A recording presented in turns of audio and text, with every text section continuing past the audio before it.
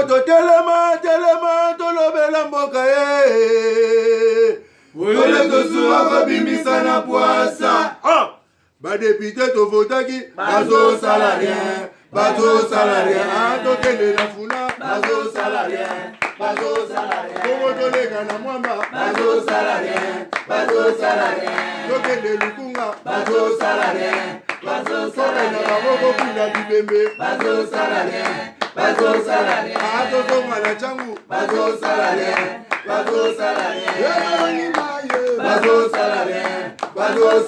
ayatolali molili bazosala rien ekulune paye bazosala rien ala balengani ba mama bazosala rien etolali wape bazosala rien Bouzala Kouarme, Protivat et tonne la protéine et énergie. Ah papa, merci pour les produits pour les enfants. Eh Bino, bote la baonine, bote ma kodona Bino, vamos kanta bomba bonga. Bona bana na yo bakumarukura bana oyo. Folesa kabango, poto Protivat. Et ça va pota te. Allez, kamata. Bon appétit. Bana neso ba yeka Protivat. Ah, bah si kulia ya bango Protivat, bah bandi badasi na bango ya bébé pro. Tala. Protivat. Ba yango. Tata kitoko ntoto makachi. Tukana mbimbi. Oyo tukana mbimbi. Hey! Makusa. Protivat, poto kitoko pona ba bébé pro. Ba membre ya Seni lisolo na bango ezobeta mabulu ekene Kinshasa ezobangisa mokili mobimba kete Seni na confession religieuse na bande ko société civile ebele bakoya ko servir ekoloté comme d'habitude parce que ba confession religieuse ebele c'est sur le même bazaki na Kabila hier et c'est sur le même lelo ne bakozala bilongi moko mitu moko donc na Seni crédibilité à l'élection aux élections en 2023 kozala nangoti. Le parti au pouvoir, Ndimutu, a gagné l'élection. Boye Bigandeni, Némi, Nabata PPD, comment il semblerait que Nomara Batum soit renommé. Bato Bazoaka, voix normale au peuple, Basalaka confiance, les lots Bazo CGT, mais au moins, nommé débat, Zo CG. Wana selon Batune Bazoloba. Troubé Tango Mkola Lelo. Kola Lelo, Nayami Moko a cadre ya IDPS, na Otunaï. Tango Babimisi Bakombo ya Batu. Na lisolo bato babaneko détenir ba carte visa à l'époque au bazar se servi plus ou moins $50,000.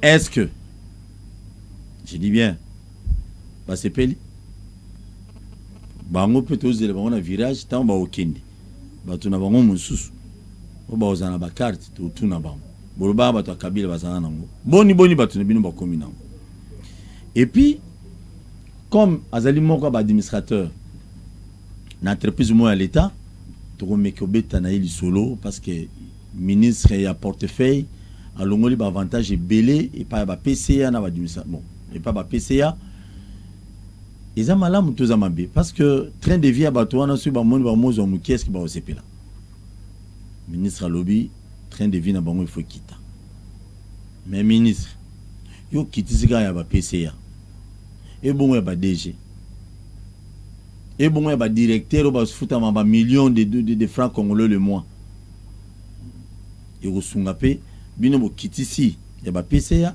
ya ba enseignant mata ya ba policier ya ba médecin ya ba infirmier et matape et ko sala une bonne chose ndeko nanga miss président Misiboni ndeko toso boni yope non Dieu fait grâce biso pengulu ya ngolo ezali Bilo que zobeta ma bien. En tout cas, ezali. Bilo que zobeta ma bien. Ezali. David Moukeba, candidat gouverneur à Kassa Oriental, nangana ebsaki ba au cadre IDPS boyo ka sonité. Bopona parce que bopona ki pire petite, suis David Moukeba lelo. Pour déjà à Longanzala, ana moins 10 francs. Ana population. Déjà na Kassa Oriental on a déjà ba salele ba affiche na ba panneau na ba banderole mata dans les villes à Sengité, cela veut dire azane mutu mutu. Donc David Moukeba so comparer David Moukeba nango ikasanji liwa. So comparer so na maweja. David Moukeba na maweja mais des synchro total.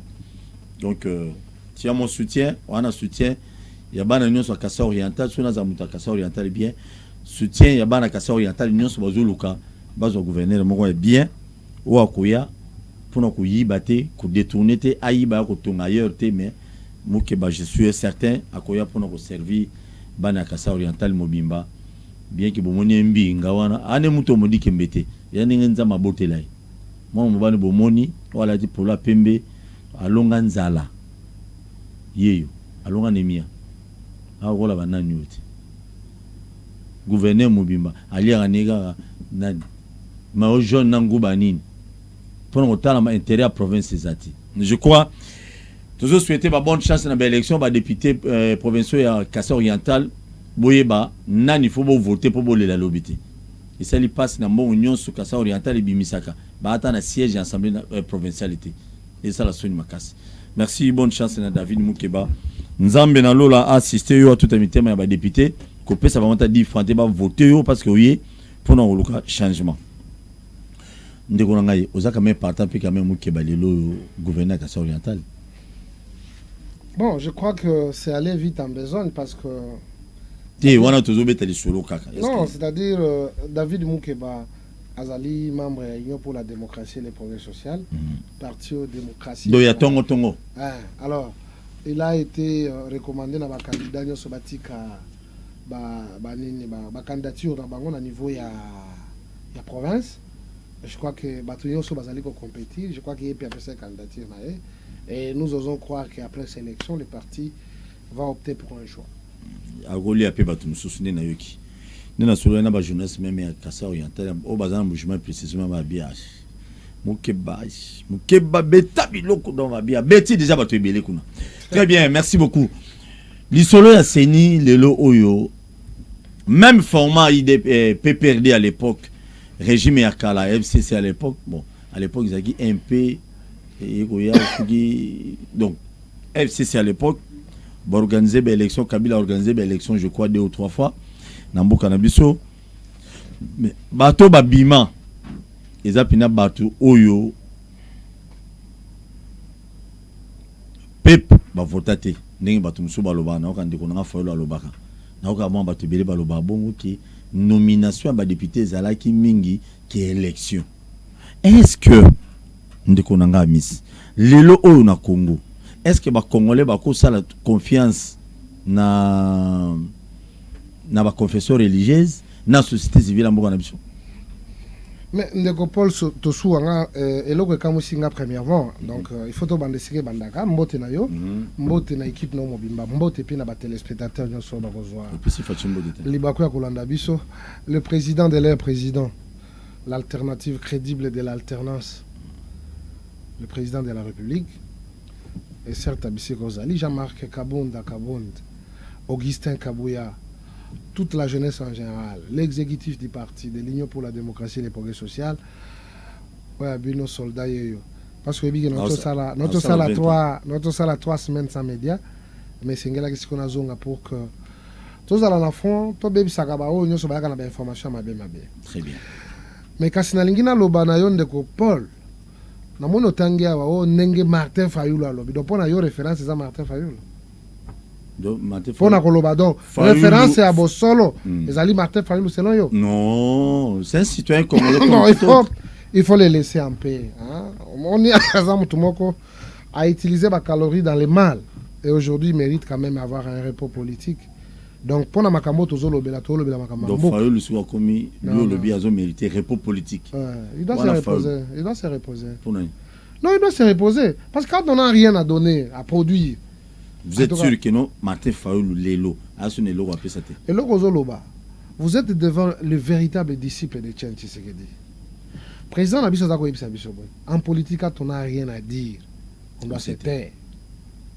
Mais quand tu veux chaque fois apparaître pour na Olobak, tu vas faire des fiascos. Donc je crois que vous comprenez Ningena Loba. Donc c'est pour vous dire qu'il faut comprendre autre temps, autre mers. Je m'excuse. Vraiment quand je parle, en tout cas les réalisateurs tiaka photo ya Félix Tshisekedi chef de l'état simananga malheureusement qui a osé na plateau nanga ce de temps comment mutu na linga to mona merci to continue mais au sali illustration après il faut longola ya te tikali wana te au chef Félix Tshisekedi merci beaucoup OK on les a réalisation les garants de la nation. Oui, mais ce de tangi et bon attends ce de tangi Fayulu to tia Félix attends mais na lobby boy ngana lobaki a Félix Tshisekedi chef de l'état. On a une illustré qui illustré pardon, ami, tu évolues. Bon, OK. Je salue Fayulu. Qu'est-ce que c'est un peu symbole tite. Pour y avoir le bon nom. Oui, bi amis, bochangai n'a pas de difficulté mo énorme. On me dit na yambi zo boya ba chia photo Fayulu. Si na yambi même ta Fayulu ani ngamba chia photo Félix. Bon Fayulu qui est comparé na Félix quand même. Très bien, tu es vraiment moi c'est ni. En tout cas, je salue aussi le secrétaire général Augustin Kabouya. Qu'est-ce que c'est? Ami, c'est évolué pardon. Alors, ce qui est important de Paul, oui. Nous devons comprendre qu'autre temps, autre mœurs. Lelo, le président Aoutaki qu'on rappelait en autant Wazaki na rencontre na sénateur pour dire que cette fois-ci nous aurons un processus digne et à la hauteur de la République démocratique du Congo.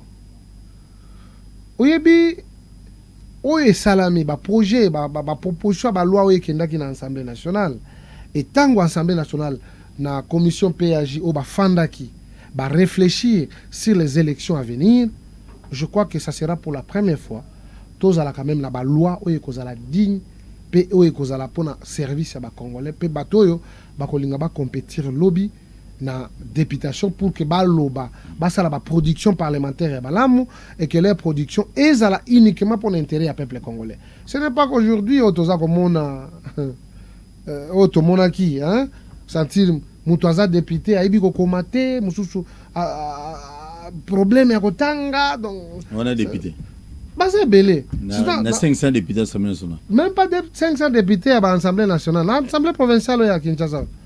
Et ça va mususu ba participer na mais l'Assemblée nationale lobby et zapi na ba mususu ba ibo komata comme on a été. Te na l'Assemblée nationale te na lobby na Assemblée provinciale à Kinshasa. Toi na bato ba ibi okutanga te. Ah, ils ont engagé là yo. Oh, mais ngana lobby na Assemblée provinciale so contrôler ça bato mususu ba ibi okutanga te. OK. Pour que azwa makambo ezali ko déranger ba base na ye amema yango na bisika bazwaka décision. On se comprend, ça débat. Mais tant que mutu azali na incapacité ya ko sala débat isika baninga bazali pour que côté Aoutaki bazwa pe dividende ya gouvernement provincial bien entendu et ça moi passe. Mais je crois que cette fois-ci ba proposition ba loi ezali et que ça la bénéfique pour na batu moins ebelé et puis élection et que ça la pour na batu tout sans discrimination aucune. Très bien. Mais confesseur religieux on a obanga. Balo na ebite sur ba bimisa sur yaki. Déjà patient. Espérons bien chef de l'État il faut qu'on s'implique pe na ba loi mususu ba politicien bazo sala. Moi j'ai toujours dit ndeko nanga miske ceux qui moyen kozala ba dépolitiser même seni wana. C'est possible je crois avec Félix Tshisekedi. Mais bien entendu c'est possible. Mais ce que nous devons retenir ndeko nangai ce n'est pas parce que Félix Tshisekedi azali chef de l'État nde sengeli tozwa ba confession mususu. Non, ezali ka ba même confession wana. Mais ce que vous devez comprendre que autre temps, autre mœurs. Leloyo, le président de la République veut que processus oyo kozala organisé en 2023 ezala vraiment processus moko crédible. Et il y veille à ça, monsieur le président de la République. Bien Alors, sûr. Nous, mais bien sûr. Quand le président veille, nous tous nous veillons à ça. En 2023, il y aura les élections libres, démocratiques et transparentes. Oui, bien, conseil à la compétition, na bande konyo sur ça na bango compétition parce que tous les biso ba binemité hein. Tous les toujours ba divergence. Robin pe Chadal lelo na chombo pe Siembote. Non, j'ai pas son numéro. Mais so ozium. Non, ce qui n'a pas eloko ko yebisa ye. Non, en tout cas, non, ton coopérateur, il fit mon fédéral. Il y a province à Maniema, donc moi. PPRD. Il y a IDPS, pas à PPRD. Ah. Mais IDPS, c'est mon tesla que Chadar a eu à PPRD. Tu vois pas? IDPS a fou la canaille. Ah, mais tabilok! Mais tout n'a pas quoi. Donc, Et là, ça là Emmanuel Ramazan Shadari Kala, Azana Manyema. Azalaki fédéral adjoint, non. Azalaki fédéral et adjoint. Il y a Maître Colosso, paix à son âme, Akenda na Mboussa Nyamouisi d'ailleurs CDKM. Yé Akenda na PPRD. Ce qui bazouaka na tina na PPRD, c'est parce qu'Azalaki, moi. Azalaki makasi na IDPS. Non, Azalaki, IDPS a pesa qui place de choix. Yango kuna bayewe que no muto uti na IDPS. Traga calibre na fois Azalaka na likolo. Yango nde occupé ma place. Yango nde moi éducation fait au pesa on ne peut pas nous intimider ni sur IDPS. Éducation na siko ye ko kozala compliqué moi makasi tango ayeko sangisa. On ni bitoto parfois ilingaka batu, parfois ilingaka batu te. Mais ce ka tika la ki na éducation IDPS. Je crois que akoka ko sala fiasco ya benji le monde soki maman fingi yope. Très bientôt évoluement moi seigneur confesseur religieuse donc go changer batuté. Emmanuel Ramazan Shadar Azalaki fédéral adjoint. IDPS ya Manyema. IDPS ya Manyema a confirmé. De ce éducation na beba ça parce que moi babiloko utala ba rébellion. On est rébellion ça kapena na éducation moko approprié. Donc Shadar pas ça na rébellion. Oh, c'est pas rébellion ça ba free ba rébellion. Shadar a uta rébellion. Na beza ba free ba rébellion. Ba pouvoir nyoso bango ba renye nango pendant 22 ans. Les akini. Ba rébellion ba commis voilà. C'est suite à rébellion ba zoaka ye akobi gouverneur ti akomi ko évoluer, c'est grâce à la rébellion. Grâce à la rébellion. Bien sûr. Mais bino mo IDPS wa mboko pembe. En tout cas mokili muto aleka na rébellion azate. Mokili muto akota asima makila azate. Mokili de IDPS c'est saint ko bana chef de l'état. Yo moko. Tozui ba fils mokoko. Tozui banane. Mais toi biloko. Omoni Tshisekedi Bisika Azali, Azana place de choix et pas Yankolo. Il est le seul et unique, le seul et unique à son genre. Oyo, ateyaki na munoko. Til lelo etikali référence na bato. Ba lui que no papa alobaki. Ata bango bato ya kabila wana ya kala wana. Bango mais il dépêche papa Tshisekedi. Et ça obiso tout le monde. Donc vous avez donné la référence. Donc c'est un homme sans référence. C'est un homme qui a inculqué quelque chose dans Mitou Yaba Congolais. Je crois que le Congo est gagnant mingi pour Tshisekedi. Et nous qui sommes ses fils, en aucun cas tokena na bazizanité. Ata ba trahison à pas bate. Chibala ke ya bendio, Sami akenda ki bo bendi bango. Moi benna idea ba tususu ba kenda kina na bato beli. Ba kenda na bango mais nous gardons nous gardons l'originalité ya combat ya Tshisekedi. Ba kenda ko trahir pour nzala peut-être pour nini. Les là, comme ils sont belé, chez nous, c'est le pardon, mais Bamoussou va comme abuser. Bamoussou va comme abuser parce que le secrétaire général Augustin Kabouya, Oyo Lelo a démontré quand même il est parmi le meilleur secrétaire général au Alingi. Parmi les meilleurs. Voilà, Amis. Beta. Beta. Beta. Na dosé, na protégé pas. Na makamba partir, na makamba qui vient. Non, Aouti Congo central. Asali Moussala Makasi, la redynamisation des activités du parti. On dit pas Pavanaka. Ote, loi on a proposé ça mabe. Nous on redynamise. Base à chauffer. Alongwe kuna, asilisi bandundu. Base à chauffer, papa. C'est pourquoi je tiens à rappeler na bato bazolinga non na kozala candidat. Oya kozala candidat face à Félix Tshisekedi abotami na note. Soki abotami lelo. Tito comme en 2023. Bandela. Oya kozala Beti biloko. Olobi nini? Oya kozala candidat en face à Félix Tshisekedi pour gagner abotami na note. Même ata soki abotami, tina 2023 vous en a 2 ans. Ok, moi, on a déjà coupé sa candidature. Donc, toi, tu as la distraction. Félix Tshisekedi jusqu'en 2028. Et donc, candidat unique. Papa, ce n'est pas une question de candidat unique. Mais les candidats valables, il reste les seuls. Non, il faut Bon, c'est de son choix. Il n'y a pas de problème. Bino tango boza ko lukaka batu baya ka ba candidat. Au moins tango mutazo gérer d'abord ndakuna. Il faut bazo gérer en ndengeni. Bon. Déjà yo za la moi ligablo na yo teka moi ba bière na yo. Mutateka la ko bière za MPS 7 mois. Si qu'on a république va fonctionner ba uzandeni. Beta biloko. Soyons sérieux gars. Biloko zo beta donc Fayoulou. Soyons sérieux. Donc Fayoulou ligablo na ya futa batute ba na mabena biso batu nyonso bayaka ko kangama na IDPS. Po ba la ki sa traîtrise na bango. Souvent basilisa ba courte. C'est ça le mal. Cour esilate. Tant aussi lisa courte, moi va décerner au diplôme exact. Et donc nous sommes encore là et nous allons répondre positivement aux aspirations et à la demande de notre peuple. Merci beaucoup. Je crois que non, ndeko nyonso la société civile, la confession religieuse, nga nazo senga na bino eloko moko. Bosala musala pona l'État congolais. Tozo senga na bino bozo kende kuna na seni. Boke kosala ba film te. Tozana besoin tout monde na bilongi bato bazo zwa ba injonction ka ozo ou t'es pas chef de l'État. Nana besoin de 251 députés. Allez, bo pesi ba tu des pesa ta mutu abimena na ba vo ebelete. Toi na posa na ngoti. T'es nazo pesa catholique. Nous y travaillons, Nekotosua. Ngane nazo yebisa yo boy. Naza na plateau na yo non. Nazali candidat malheureux na élection en 2018. Vous aurez 12 000. Nazo 12 140. Na commune en Ngiringiri. Ce qui est la députation nationale, mais deux députés babima na 4. Cette fois-ci, j'y travaille. Base dans les sous vimbi. Balobi en tout cas rendez-vous au sommet. Na yo. Siko le sommet na la présidence, la présidentielle. T'es présidentielle. Oh papa. Na yebiso ke muto ko sala face na Félix aye na luté. Au sommet. Qu'est-ce que sommet ça? Ça na parlement non. Est-ce que kuna to kende ko sala ba loi? Nous pensons que Mboka na biso souffla rapport na ba loi peut-être applicabilité. Biso pe to ko sala ke ba loi ezala voter na biso pe to ko voter ezala appliquer pour que peuple azwa dividende. Merci beaucoup. Merci. Ba courage belé mais bino batata tozo yoka. Toki premier vice-président Seni, il faut IDPS. IDPS a un babi Kabouya. Kobanga yango wana déjà. Zoasko Kabouya, premier vice-président Seni. Non. Bozo idée. Les autres mama déjà que Kabouya est premier vice-président Seni. Bozo. Zabilok. Non, on a déjà Kobanga. Non, c'était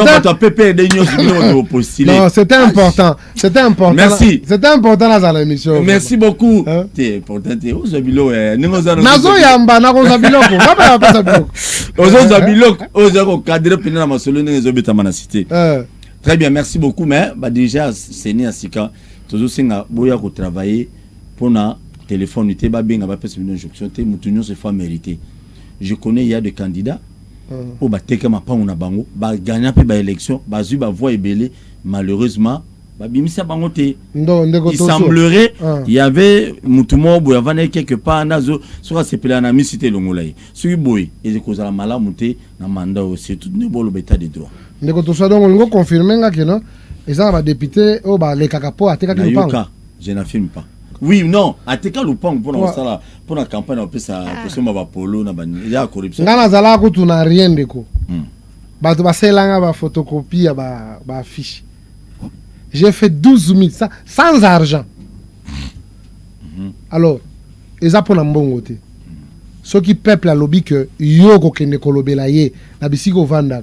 Mais yeko la tana no kopesa batumbote. Hein? Yeko la ta kopesa nano batumbote. Yo pesa batumbote te. Est-ce que batu bazali des places badiabi bazaka? Na suka nango ya senga mawa non. Il faut savoir vivre. Au moins le président de la République président de la République azali modèle pour na biso nyos. Le chef de l'État de la République démocratique du Congo. Il parle avec tout le monde. Il y répond tout le monde. Et puis aisément sans britander là oh non non. Quand vous appelez le chef de l'État, vous parlez avec lui. Et il vous répond en tant que père. Et puis, vous allez apaiser. Je crois que c'est quelque chose à encourager. Hein? Comme il faut encourager, et donc, il faut que Batoupe et Belé ou Balobi, vous allez au service à peuple. Vous allez d'abord proche à la population. Selon la population. Parce que Batoupe va comme qui m'a conseillé un bon non, papa. Très bien. Est beaucoup lié. Merci beaucoup, mais toi, Mbappé, qui est candidat, Lélo. Il y a un candidat Moussoussou. Lélo, il y a un candidat dans la commune Songolo Pakala. Alinga Bassa, Batoupa Bima, député provincial, député national. Batou Moussoussou, comment il va commis député. Ami mon, c'est comme commis les petits dieux. C'est une confusion totale. Confusion et pas député Béli. Comme nos députés, aux moins dans Moussala, il y a peuple. Aux moins dans Moussala, il y a peuple. Batinyo Genoloba. N'est-ce sakara de coups que c'est ça là, passant. Vous avez noté na bango les points na plateau télévision pour défendre ba valeur na ba intérêt ouira na ba polémique na bango c'est de même aussi rôle la bino pe ba député bozali c'est le contraire aujourd'hui na quartier komarate donc c'est un peu bizarre surtout dans nos kotango ba député moi le laono je tire sur lui malheureusement non. Merci beaucoup Seni Ambalo Tozela Seni moko responsable et crédible même liboso ya papa Tsekedi pour molimo papa Tsekedi des otambola na Congo Mobimba Papa Tshisekedi a sepelé dans l'élection où il a bien. Ndeko Zali mutu IDPS, cadre IDPS, au côté IDPS il est loté, nenge gouverneur ya Maïndombe, alinga kota IDPS na Kimukolo, alinga Sundola Kabila, aya au côté IDPS à Kimukolo, yo moins aux mutu IDPS. L'histoire ba carte visa. Olandi na ba réseaux sociaux. Olandi obatunyo so ba lobby. Lectine yokosala. Yako c'est tout autant ba comment ba. Merci beaucoup Ndeko Tosso. Premièrement, lecture nga na kosala. Nazali ko déplorer ba agitation tozali kolanda à travers le média, ba contradiction ba ko contredire ba musu bandimi on asala ngo kamba mi bale, ba musu na sala ngo kaka mbala moko, ba musu ce n'est pas seulement ba tu ya ancien régime. Même ba tu ya régime ya ba ministre mususu o ya gouvernement uti obima, ba ngo pe ba sala ki ba ka. Ya union sacrée mususu. Biso tolobi tolingaka orthodoxie dans la gestion de la chose publique. Le président de la République Azali ko martelé. L'UDPS Azali ko accompagné. La vision du chef de l'État o Azali koloba non aux anti-valeurs. To promouvoir ba valeur et que nous sommes en orthodoxie et ça peine ba principe et gestion et ça la peut bien respecter.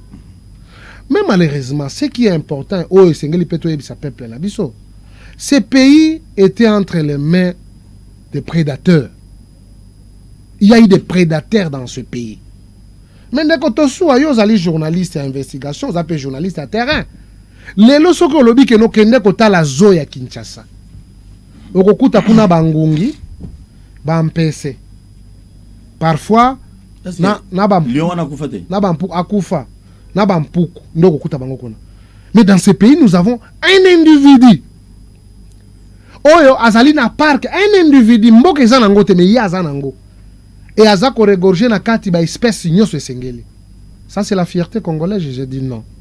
Du coup, ça a pu faute puis un ministre sectoriel. Attends, non. Mais ministre sectoriel, Azako landa politique anan. Il y a oya noma qui est ministre. Ce n'est pas comme Félix Tshisekedi. O apé si mutu na mutu ala ki sabatala na domaine ou apé sur la responsabilité. Ça c'est mais je te dis la vérité.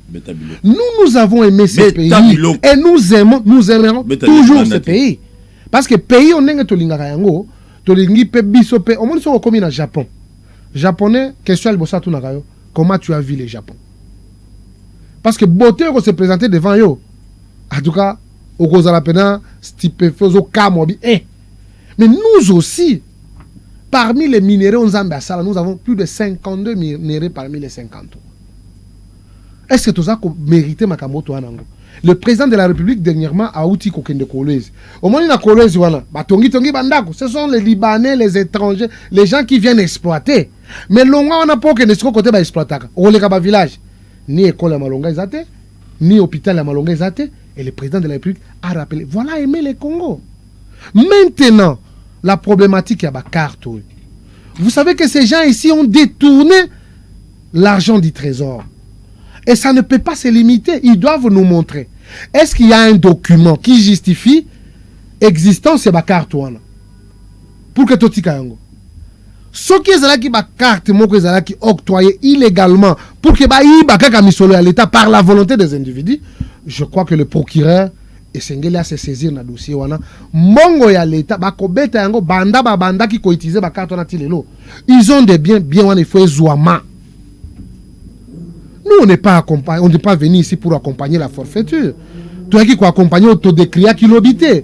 Aujourd'hui, nous devons quand même dire amen au chef de l'État qui a donné l'essence. Même si l'imperfection ne manque jamais. Mais quand même, le gros du travail, ils ont rencontré quand même la volonté de notre peuple. Et donc, là-bas, ça ne sert à rien qu'on commente seulement inutilement. Nous devons commenter pour dire au procureur de la République à se saisir dans l'Ikamboyo. Tout celui qui est cité, parce que banque est au constaté. Moutounyo Sazagi na carte, na kombo na iza na carte. Tolande la bango, mon la biso basaleli, panda dire au basaleli. Sengeli bazong c'est la biso mbongo wana. Parce que, si il est ministre, soka kei na mission de service, ba futa kaye. Ezala le logement na ye, ezala kolia na ye, ezala ba déplacement, ba futa kaye. Maintenant, cette carte sert à quoi? C'est juste pour détourner la République. Folie.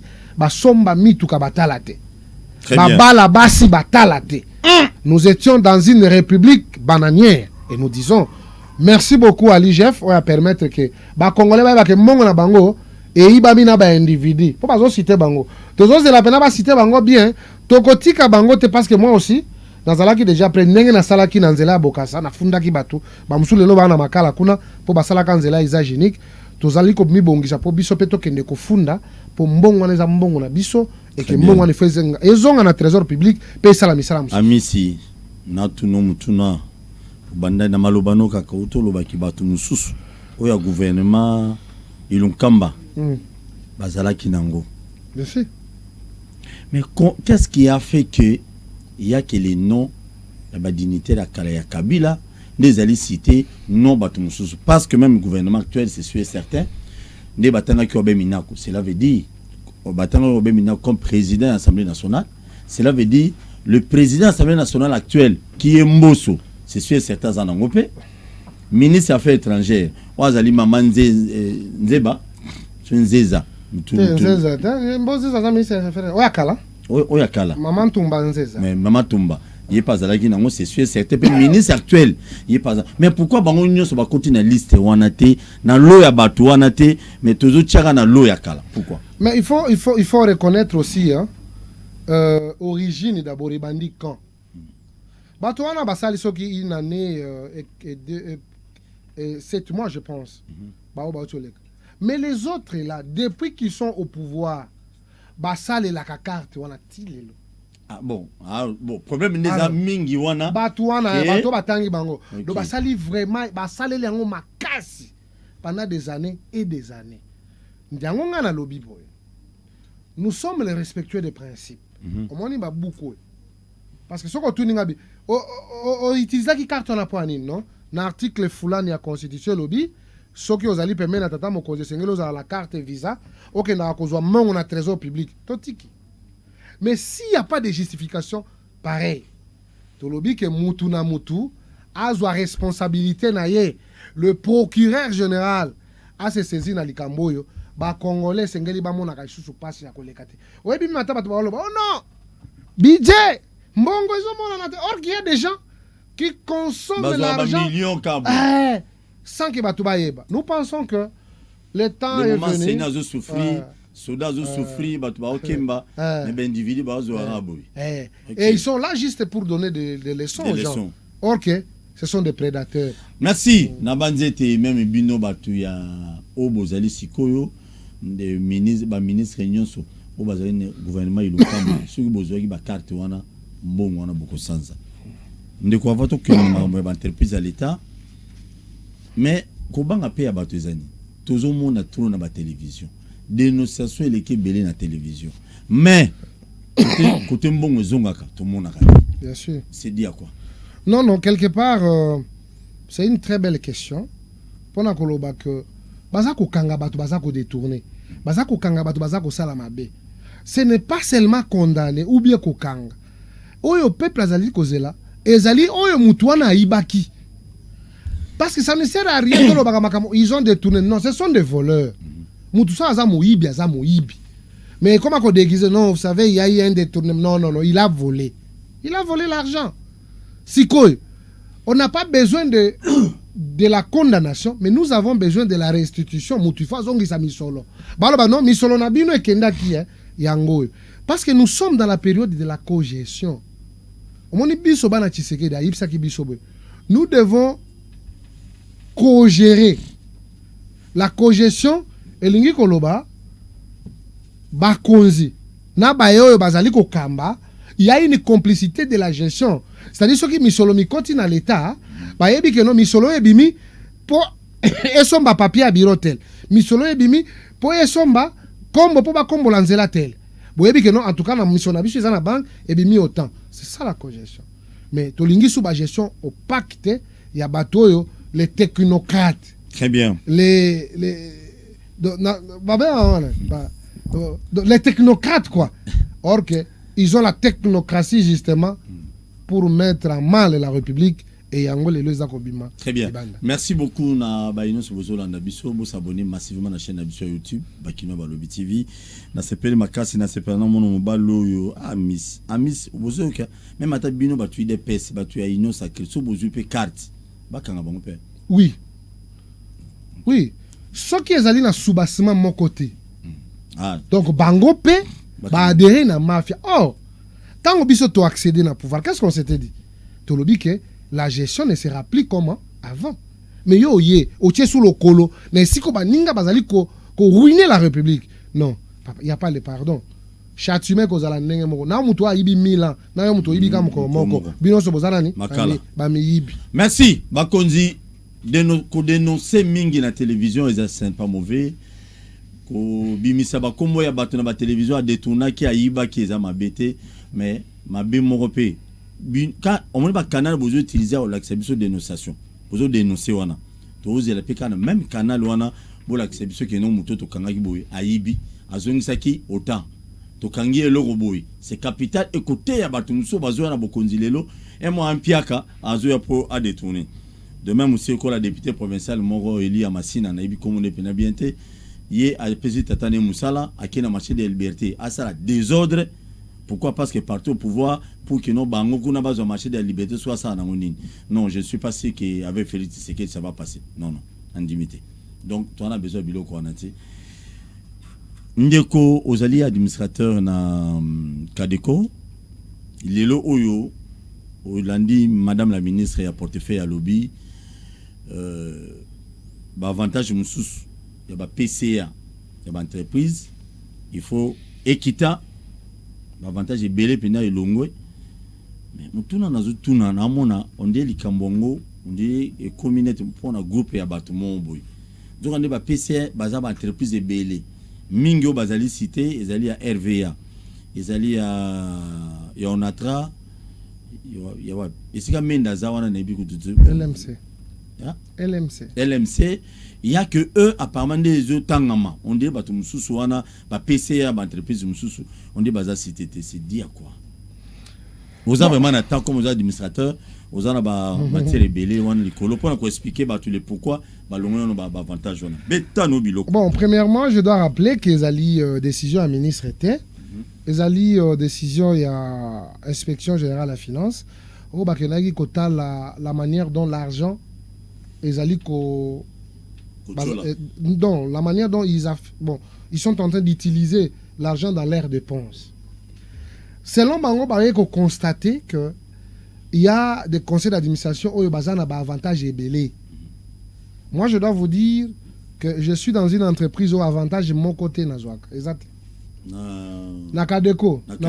Nous sommes la dernière entreprise en termes d'avantage, en termes de rémunération.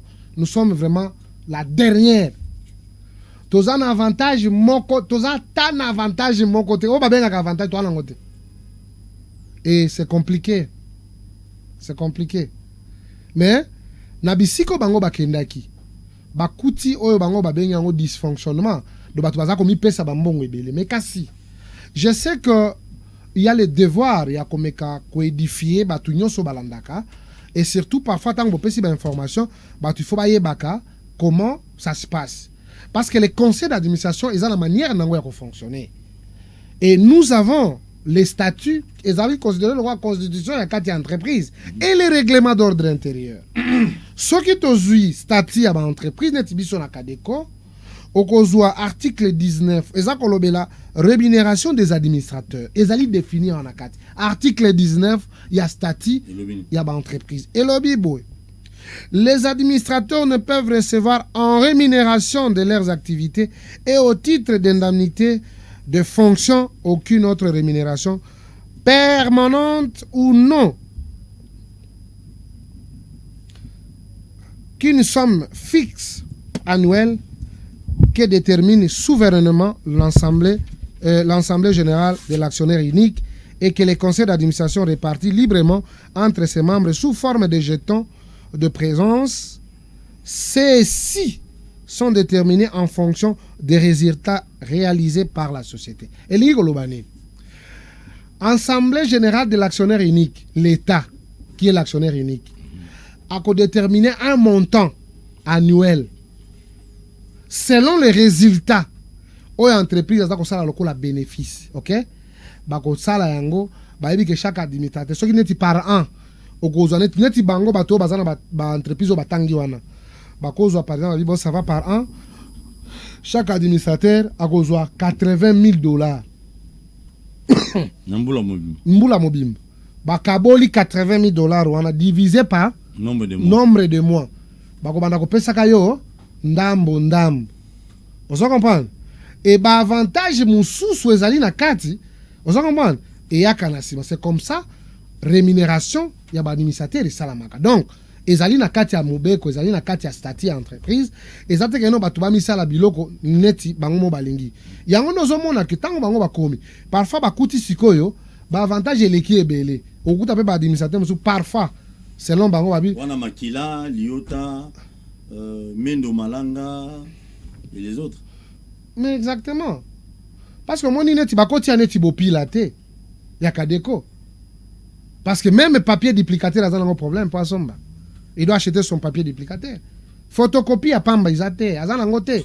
Mais il a besoin de ça entreprise de Sengel Sombele. Mais incapable de bako sombelete. On a besoin de fisc à stylo. Exacte, mon frère. Non, non. On a pour un administrateur. Oh, et bien, tant qu'on a la zako yo kabango. Non, moni ba traitement ce qui n'est et zo le kelanga makasi. Na kati ya entreprise na biso ko gérer ngweza na ngopacité.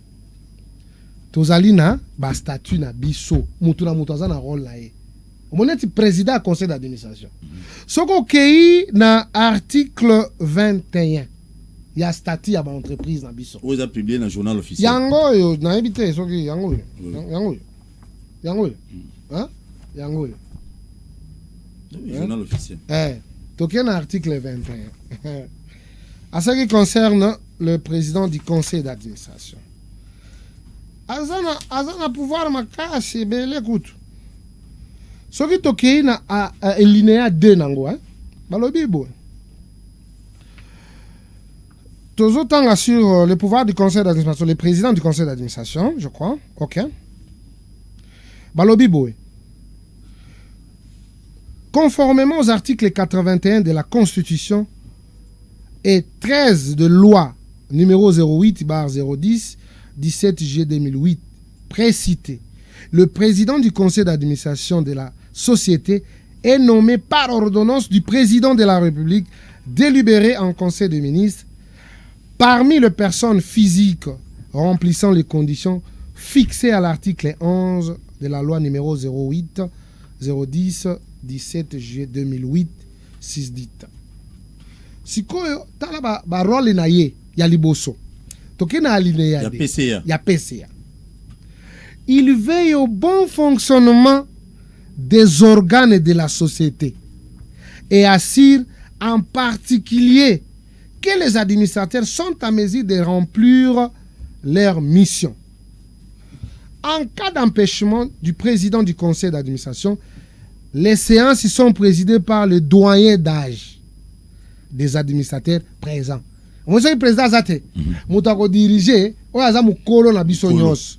Maintenant, yo kasikoyo na alinéa 4 na yango lobini. Le président doit veiller à ce que les administrateurs assument le contrôle de la gestion de la société confiée au directeur général. Et le président et conseil. Et Sengela Zalanaba, bon généraux. Oyo Sengeli Batia Misuna Bango. Na lolenge directeur général azali ko gérer entreprise. Na nyamu nyamute.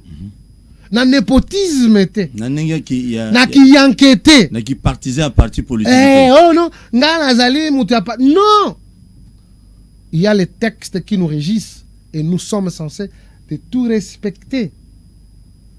Toute décision en violation, il y a pouvoir reconnu par le conseil d'administration ndekonanga ezali de nil et de nil effet. C'est pourquoi natiki stati pembeni na bendi sikoyo règlement d'ordre intérieur parce que chaque ndako za makamlango ndenge ba sale la kate na règlement d'ordre intérieur oya biso oya kadeko parce que ça presque ndenge moko peut-être moi ba change manene toki na article 39 oyo bazali kolobela relation entre le conseil d'administration et la direction générale. Na yango conseil d'administration azali mokolo ya direction générale parce que azali kopesa ye ndingisa azali kopesa ba instruction pe ayali kotalela ye pe azali ko contrôler ye soki asali yango lolenge ndenge topesa ki ye yango kasi soki asali yango na lolenge na ye on reporte makambo za kosala e kozala de nile et de nile fait yango nde balobi na kati awa décision nyonso oyo ekozwama oyo ekozala coulé comme une résolution ezali de stricte, n'est-ce pas, application par les DG. Yango siko tokotanga article 39 kasita nenge lobeli biso. Ya règlement d'ordre intérieur. Ah toi ali pièce contre pièce comment ngate? DGP fona yamba DG ya Kadeko bien qu'il y a ça là 49 ans na Kadeko mukolo bon na osale fo. Ah koko za DG na makambo te ya atangi wawa. Ozo sola nanga tant qu'administrateur siko makamoni nyamu nyamoleki na ba place ebelete yango ninga naza ko pesa naza ko limbo beta biloko ya article 39 elobi boy beta les rapports entre le conseil d'administration et la direction générale sont définis et s'exercent dans les limites des prérogatives et responsabilités dévolues à chaque organe par les textes légaux et réglementaire en vigueur et par le présent règlement intérieur. Respect. Il y a un organe. La direction générale doit respecter les conseils d'administration. Ok?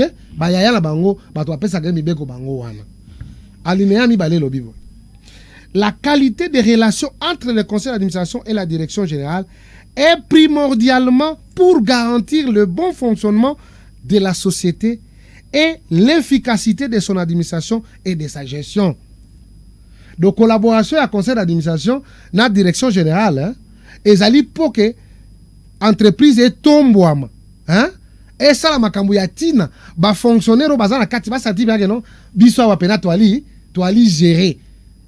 Bénéfice tozali ko sala tozali bénéfique tozako zwa yango. C'est l'arbitrage du conseil d'administration et de la direction générale. Maintenant, alinéa 3. Ces relations doivent être fondées sur la confiance, ok, la collaboration, la transparence et la complémentarité et être inspirées par les soucis permanents d'assurer la pérennité et le développement de la société. Les décisions du conseil d'administration liant la direction générale et sont exécutoires par cette dernière.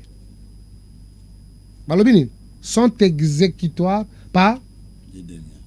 Très bien. Cette dernière. Maintenant, nakolanda nyoso etango elobami totangi alinéa suka en vue d'un suivi objectif et régulier des activités de la société, le directeur général est tenu de communiquer au conseil d'administration tous les documents que ce dernier estime utiles à l'accomplissement de sa mission. Et donc, ça ne sert à rien. Ce qui ont moni batwebele bazako swana bazako yokanate justement balingi ne ko respecter mikanda otende ko toswa. Mikanda yali simple. Et sengeli to tiango kana misala. Très bien, sengeli to tiango na misala je crois na lingaki moko ba administrateur ndeko nanga ya misi apesa moi ba explication éclaircissement on a par rapport ya babulu ekezo le coming na entreprise et puis na décision on a proposition à Mobeko oyo IGF atindela ki ministre ya portefeuille pour nous suspendre pe moi ba pourquoi parce que surtout que na on atra il faut tout la vérité hein ngai na bombarati so que na on atra kuna za opesi mbombo boy entre makila na direction générale donc bango union ces opesi mbombo boy koyoka nezati bango nyonso basala na confiance te bazolo bono direction générale côté bazo yi bambonga nani bamusu bazolo bono ba PCA bazo teka biteka teka bulu ekezali OK kuna na RVA DGA ya RVA muntu pamu muntu IDPS il se prend comme un petit dieu donc oya lingi ka alléluia amen tena silisa au monde Jésus oh non oh ba administrateur musu ba bango ba to PPRD ba to boyi donc boyo kanezate. Voilà le pourquoi. Nalinga ki lelo na yamba moka ba administrateur ya ne muto ba sentimate ya azane muto boye apesi bandingisa nyonso. Donc en quelque sorte comme crise des années dans l'entreprise wana c'est tout à fait normal aussi ba limiter quand même avantage à bato mususu. Ndeko webi ki explication na yo et puis c'est pas tout bel espoir. Moi le loba il y a beaucoup kabwani na ba nyonso des fois bazali na nungu na mabulu et mutu pour que nous comprendre makamute pour que nous bazo matière bazo apena biloko. Beta biloko asuka. Bon, je crois qu'il faut toujours rappeler à Batuyo sur bazana ba poste ba responsabilité. Bakanisa kateki bazaba nzambe. Ozo comprendre de kotosua. Biso tout wana ba signature ya président de la République. Ngako nazana ngo misatu. Misatu. Nazana ngo misatu. Tia longwa bokonzi. Ti Félix Tshisekedi chef de l'État longwa bokonzi. Je crois que nako sala ngo ba 8 ou bien ba 10. Mais pour l'instant nazana ngo misatu. Ya liboso en tant que son directeur de campagne avant comme président IDPS, Yeyo Amisi. Yami Balé, nommé comme vice-président national, il y a jeunesse, il y a Union pour la démocratie et le progrès social, Yami Balé. On a signé par le président Félix Tshisekedi. Par le président Félix Tshisekedi. Yami Satou, comme administrateur. La Kadeko. Bilangi Kauka. Prompté, Eza ordonnance. Bilangi Kauka. Yam quatrième, et Ezo ya déjà. Il y a quatrième. DG nous devons accompagner valablement le président de la République. Et ça n'a pas d'explication.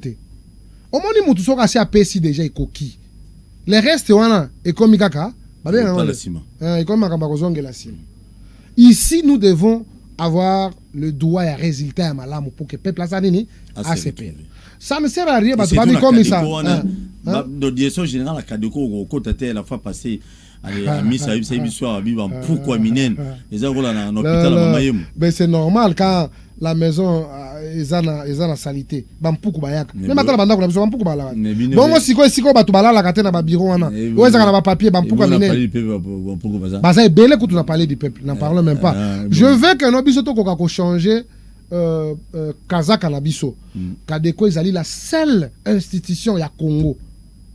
La seule institution financière ya Congo. Et qu'on doit avoir une dose managériale ce n'est pas seulement se fier na babi wana za awate wana za est biloko zotia il fallait ozo sko ya awa ndeo tia kuna ouais za bak biloko est kuna quand même là-bas tu peux voir quand même il y a la peinture il y a tout ça wana ça va mais après tu auras une photo prochainement ça c'est votre rôle vous allez journaliste nous avons besoin DG on a changé on a besoin vraiment que mbongo ezala ki alloué pour na ko retaper les bâtiments en tout cas nous devons voir clair avec cet argent parce qu'on ne peut pas continuer toujours à voir makambwana kaka yakala nous devons avoir impulsion à Sika Kadeko, il faut rayonner. Le président de la République a parlé sur la Kadeko et que cette Kadeko doit rayonner et elle doit être réellement cette institution c'est une institution intermédiaire financière. Il y a Mokarabiso, la seule banque de la République démocratique du Congo, c'est la Kadeko. Donc, il faut et que les Congolais parce que je ne pense pas que tu iras en Libanais. Naba Indo-Pakistanais, naba Kenyan, ou que la banque moko à Congo, ou e foutaka ba militaire ya kunezati. Très bien. C'est seulement ici au Congo, ou e balingi ba pesa valeur ne loko na bangote, mais nous pensons que nous sommes là justement pour apporter le meilleur de nous-mêmes, ensemble avec toute l'équipe. Kadeko est à la Kadeko et que tout le monde puisse se mettre au travail. Merci beaucoup. Ndekwami Sabeti du Solo, jeton de présence dans le conseil d'administration. Dans la réunion, on va faire mais batubaï barati. Jeton nous a rani, bazo à combien on est banité. Biso ben daka tonne. C'est toi en réunion, toi kana tonne. $1000 na mutu. Tonne. Buki bo vandi bana tongo ti 1000. Mais quand c'est après combien de mois? Merci na ba union so balandi biso na pesi no merci parce que vous allez qui est belé. Na pesi mbote na ba union so bolinga to so Paul bakulu na nyonso oya Kinshasa. Ba rebelle nyonso o bino tout bazo traquer na FARDC pour être no botika kubundisa kuboma bandeko na biso. Na banzete le Congo n'appartient pas na bato basimbi manduki to ba machete pona otangisa makila ba congolais.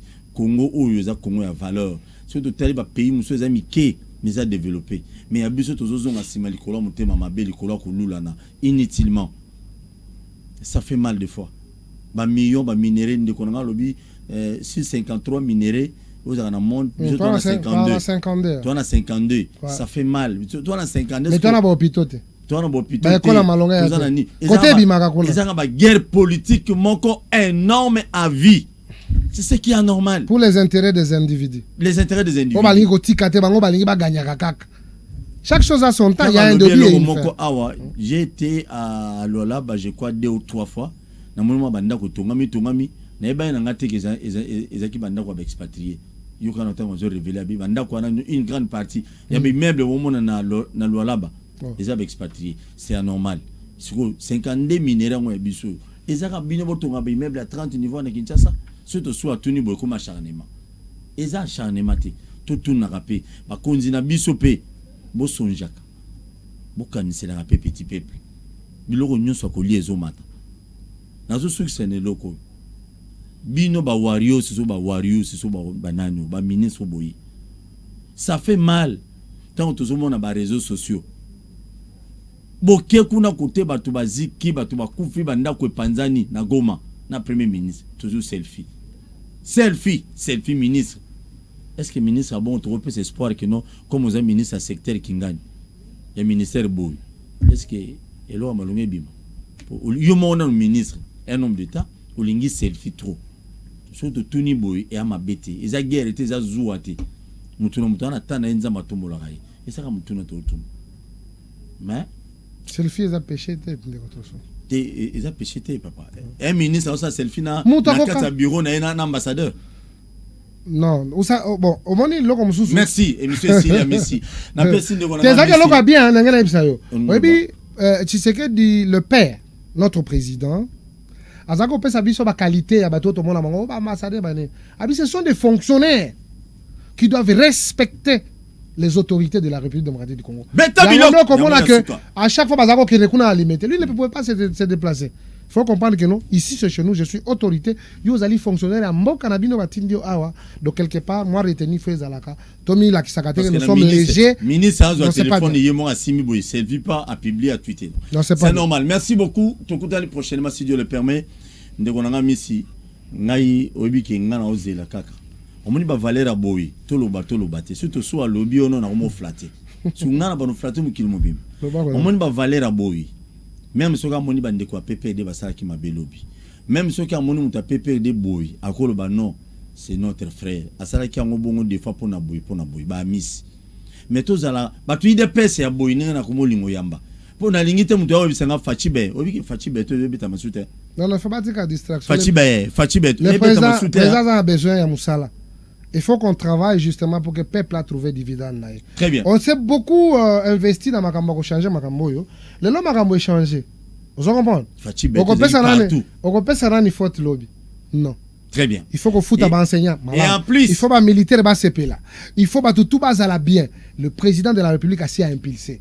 C'est là. Oebi récite à Mokonzi et dépendant de la qualité de collaborateur. Très bien. Va comprendre les soucis à président, va accompagner valablement. Désormais, les communicateurs de son excellence, monsieur le président de la République. Parce que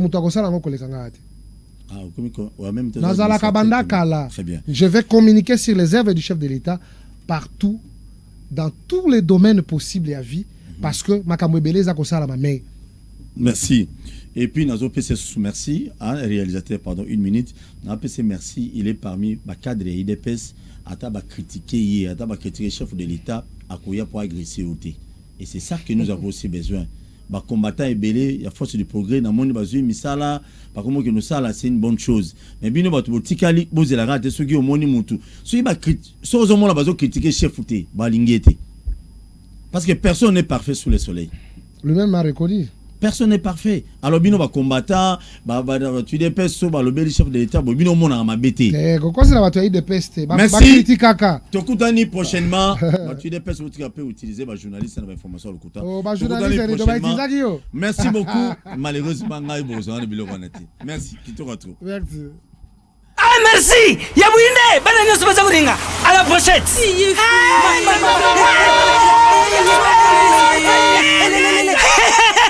Bouzala Kouarme, Protivat et tonne la protéine et énergie. Ah papa, merci pour les pour les enfants. Eh Bino, bote la baonine, bote ma kodona Bino, baba kanta bamba bonga. Bona bana na yo bakuma rukura bana oyo. Faut laisser kabango, poto Protivat. Et ça va pota te. Allez, kamata. Bon appétit. Bana neso badieta Protivat. Ah, motivable babandi badansela bango ya babebe pro tala bari yango tata kitoko ntoto makasi tuka na mbimbi oyo tuka na mbimbi makusa motivable potopoto kitoko pona babebe pro na Kongo totelema tolobela mboka ye ole tosuwa kobimisa na poasa badepute tovotaki bazosala rien tokende na funa bazosala rien Kongo toleka na mwamba bazosala rien tokende lukunga bazosala rien na baboko kuna bibembe bazosala rien atozonga na changu bazosala